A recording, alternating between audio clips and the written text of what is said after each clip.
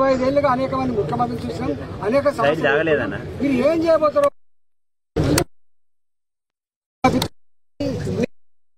కాదు, నీ హైడ్రాకు వ్యతిరేకం కాదు, నీ మూసి ప్రక్షాళన వ్యతిరేకం కాదు. నువ్వు అందమైన భవనాలు కడితే, అందమైన మాళ్ళు కడితే మేమేం వ్యతిరేకం కదమ్మా. మేము వ్యతిరేకం వల్ల నువ్వు ఇల్లు కట్టి ఇవ్వబోతివి, ఇల్లు కట్టి ఇవ్వబోతామే, ఇంట్లోకి పేదలకు జాగలు ఇవ్వకపోతామే, వాళ్ళకు పెన్షన్ ఇవ్వకపోతామే. కానీ ఉన్న ఇళ్లను కూల్చేసి బొందల గడ్డగా మార్చి వాళ్ళ శవాల మీద నువ్వు వ్యాపారం చేస్తామని చెప్పి అడుగుతున్న దానికి సమాధానం చెప్పలేకపోతున్నావా? నేను వాళ్ళతో గెలిచినమ్మా, నువ్వు రాసిన నౌకరు తెచ్చుకున్నావు, కానీ నాకు రాష్ట్ర నౌకరు రాలే. నాకు వాళ్ళు ఆశీర్వదిస్తే నాకు ఎంపీ పదవి వచ్చింది. ఆమె గుడికా ఉంటుందమ్మా, ఆమె గుడి, ఆమె పెట్టిన ఆమె వీడియో వినండమ్మా, ఆమె వీడియో వినండి ఎప్పుడైనా ఉండమ్మా. ఆమె ఇక్కడ ఎప్పుడు కూడా ఒక 40 ఏళ్ల చరిత్రలో ఎన్నడూ కూడా ఒక సుక్క నీళ్ళు రాలే ఇక్కడికి. ఇది ఎన్నడూ మునిగిన పాపన పోలే. అసలు మీది ఏంది, మీ ఎజెండా ఏంది? మేము అనుకున్నాం మీ ఎజెండా ఒకవేళ ఈ మూసికి వరదలు వచ్చినా కూడా సిటీలో ఒక ఇల్లు మునగకుండా బ్రహ్మాండమైన కాంక్రీట్ వాళ్ళు కడతారని, బ్రహ్మాండంగా అవసరమైతే ఇంకొక 10 ఫీట్లో 20 ఫీట్లో నదిని డెప్త్ కొట్టి చేస్తారని, ఇక్కడ ఈ మురికి కాసారం అటుపక్క ఇటుపక్క బోర్లకు బాయిలకు నీళ్ళు వచ్చి ఆ నీళ్ళతో అన్నం వండుకుంటే రోగాలు వస్తున్నాయని, ఇక్కడ ఉన్న ప్రజానీకానికి మురికి మొత్తం బట్టలే వాసన వస్తాయి సాయంత్రం కాగానే చెప్పి గవాటి కోసం అనుకున్నాం. కానీ గిట్లాంటి కాలనీలకు ఇవి ఎప్పుడమ్మా 30 ఇక్కడ ఒక ఆఫీసర్ మాట్లాడిపోయింది, రిటైర్డ్ ఆఫీసర్, ఆయన హోంశాఖలో పనిచేసిందమ్మా, ఏడ్చిపోయింది. నేను 70 ఏళ్ళు వచ్చింది కానీ ఇట్లాంటి ముఖ్యమంత్రి చూడలేదు, ఇట్లాంటి గవర్నమెంట్ చూడలేదు. మీరు ఎవరికో అర్థం చేయించాలి. సరే మా పట్ల మీకు గౌరవం లేదు, ఓకే.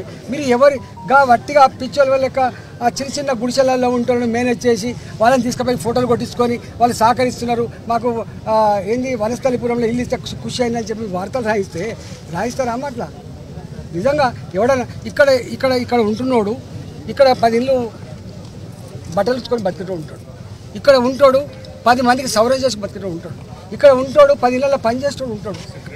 ఇది కులాలు ఏమైనా కావచ్చు, మతాలు ఏమైనా కావచ్చు, కలిసిమెలిసి జీవించేటువంటి పచ్చడి సంసారాల్లో మీకు ఎవరు చిచ్చిపెట్టామని చెప్పండమ్మా.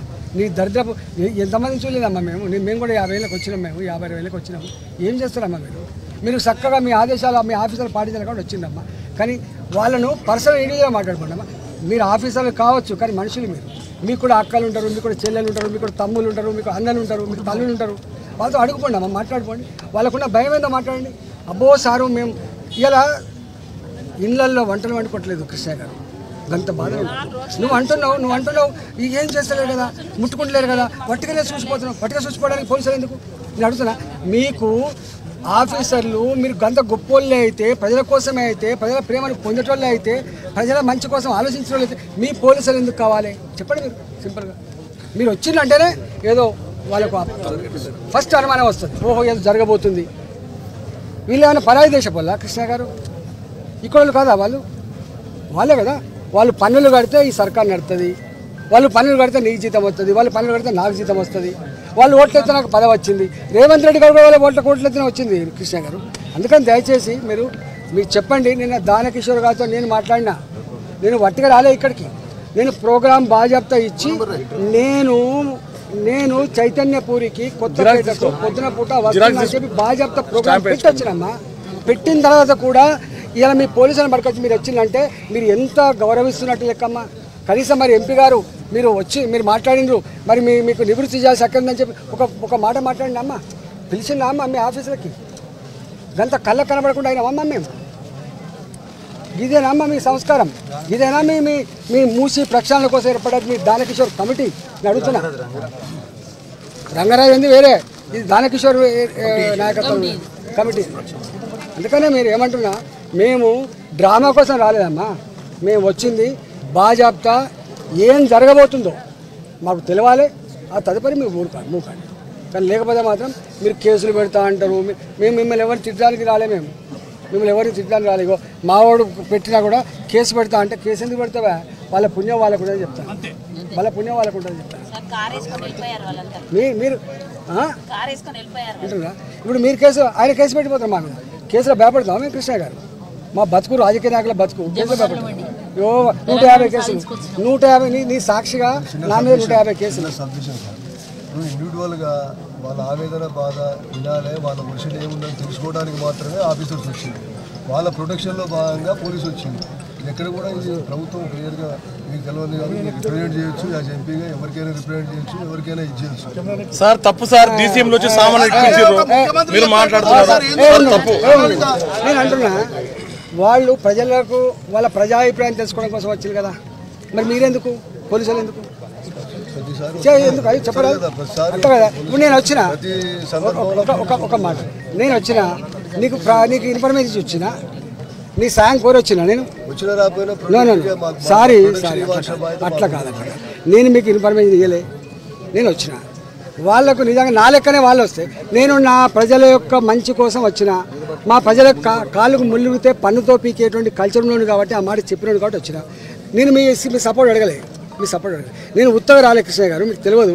మీ దానకిషోర్ గారితో నిన్న సంపూర్ణంగా మాట్లాడిన తర్వాతనే ఇక్కడికి వచ్చిన, అది గుర్తుపెట్టుకో. మా వాళ్ళకి చెప్పలే ఇప్పటిదాకా దానకిషోర్ గారితో మాట్లాడినట్టుగా, మేడ్చల్ కలెక్టర్ గారితో మాట్లాడినట్టుగా మీకు చెప్పలే. మంత్రులు అందుబాటులోకి రాలే మాకు మాట్లాడడానికి.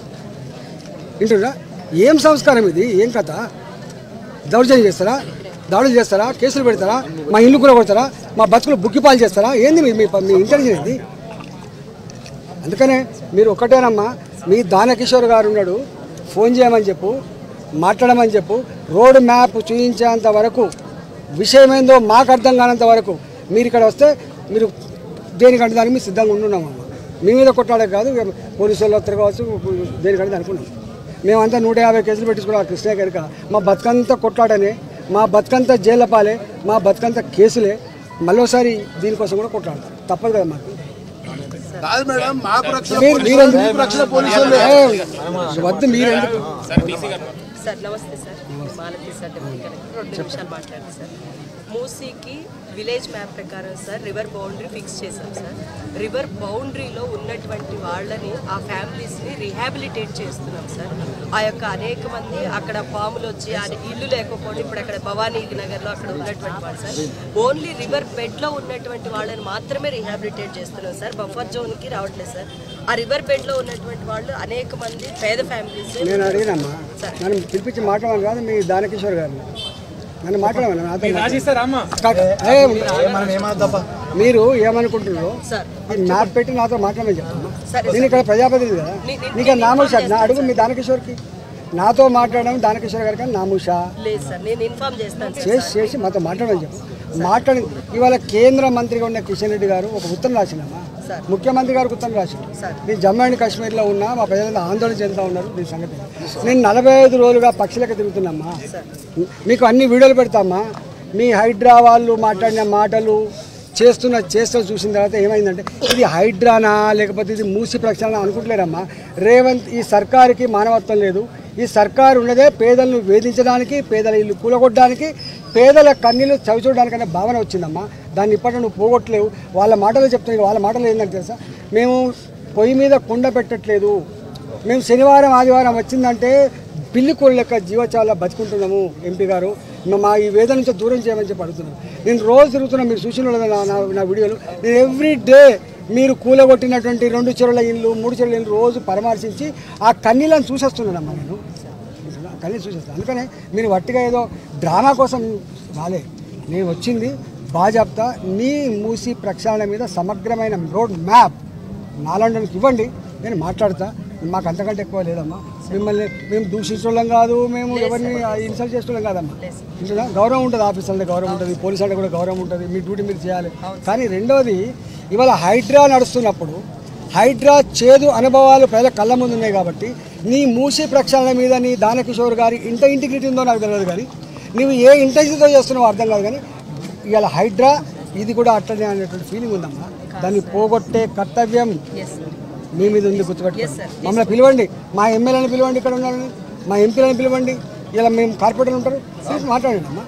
మీకు డెమోక్రసీ మీద నమ్మకం లేదా అమ్మ? మీకు మరి పిలవండి, ఏమవుతుంది పిలవండి. ఎందుకున్నామమ్మా ఇక్కడ మేము? ఇప్పుడు మనకి 55 కిలోమీటర్ సార్ ఉస్మాన్ సాగర్ నుంచి గౌరెల్లి దాకా సార్. ఇక్కడ 14 మండలాలు వస్తున్నాయి sir. Only river bed marking చేసి రీహాబిలిటేట్ చేస్తున్నాం సార్, కూలగొట్టట్లేదు సార్.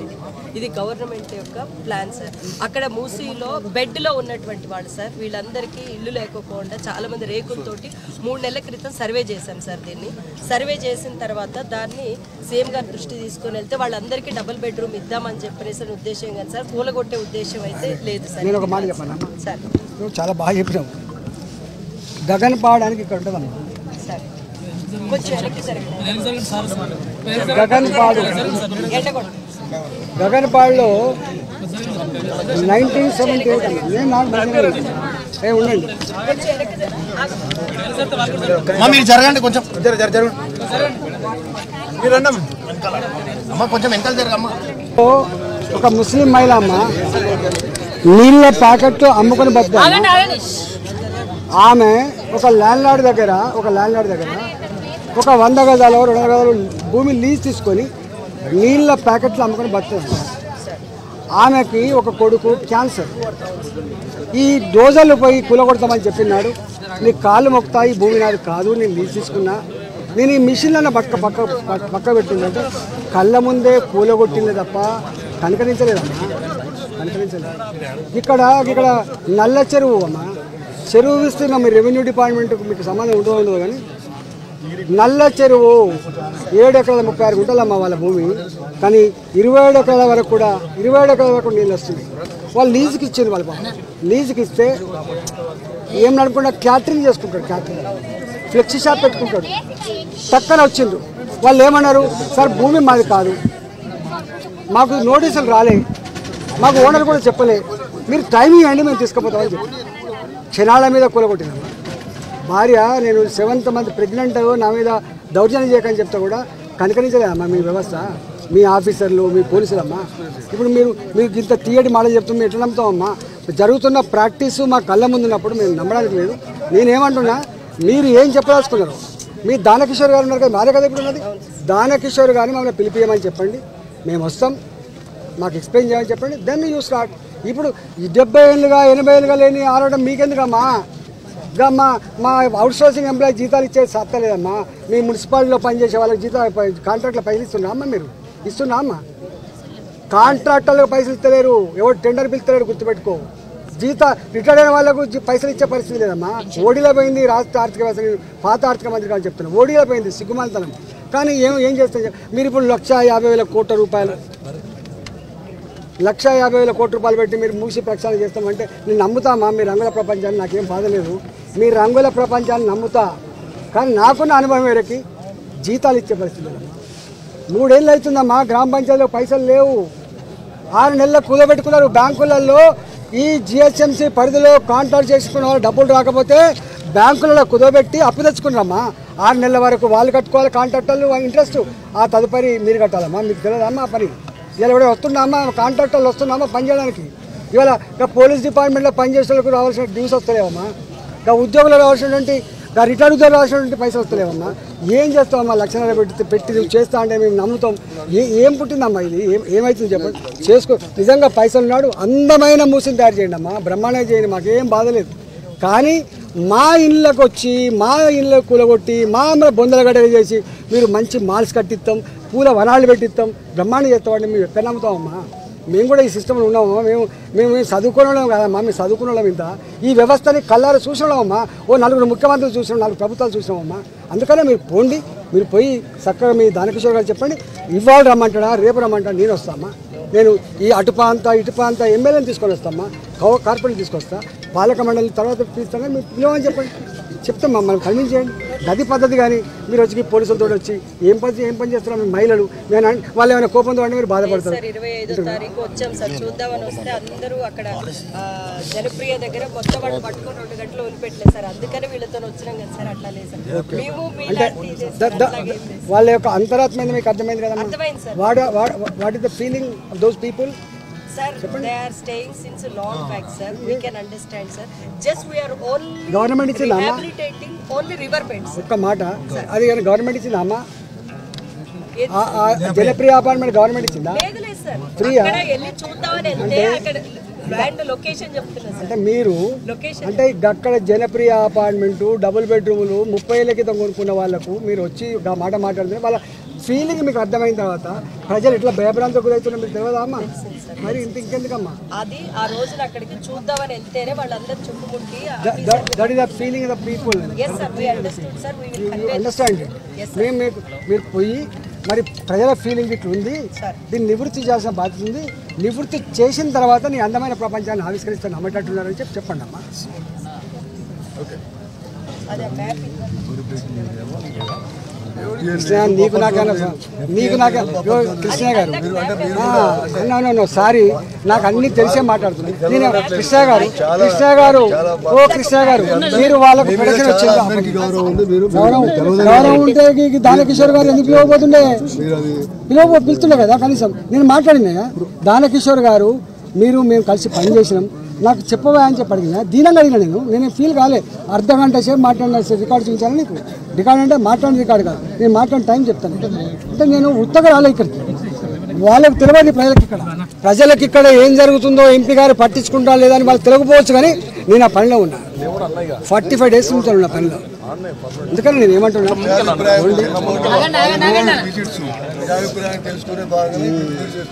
ఫస్ట్ మా అభిప్రాయం తెలుసుకోరాదు అరే అట్లా కాదు మీరు నేరుగా ఎట్లా వస్తారండి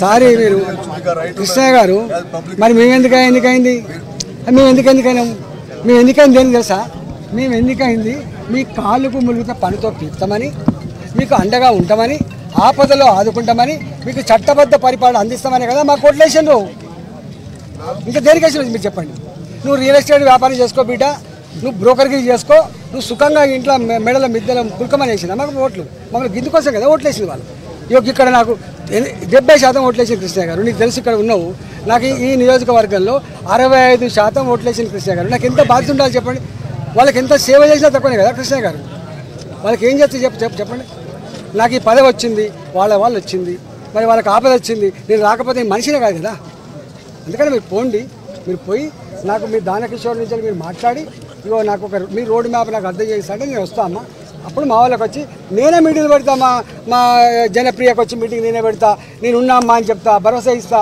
మీరు మంచిగా వండుకొని తినండి నిశ్చింతగా ఉండండి మీ ఇళ్ళలో మీరు ఉండండి చెప్తా నేను ఇగో ఈ కాలనీకి వస్తా నేనే మీటింగ్ పెడతామా మీకెందుకమ్మా శ్రమ మేము ఉన్నాం కదా పొలిటికల్ లీడర్లం మీకెందుకమ్మా శ్రమ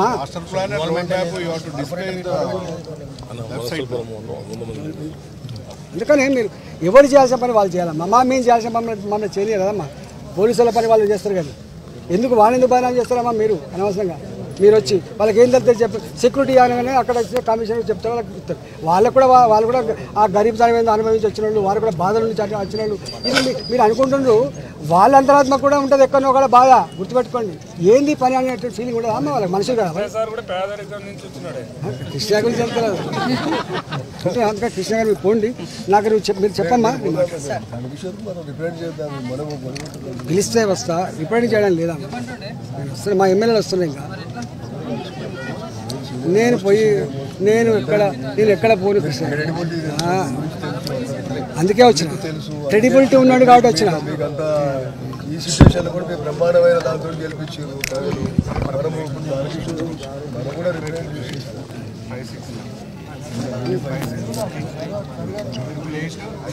బాలకిషోర్ గారితో మాట్లాడమ్మా బయటికి పోయి మాట్లాడు కృష్ణ గారు పోయి మాట్లాడతారు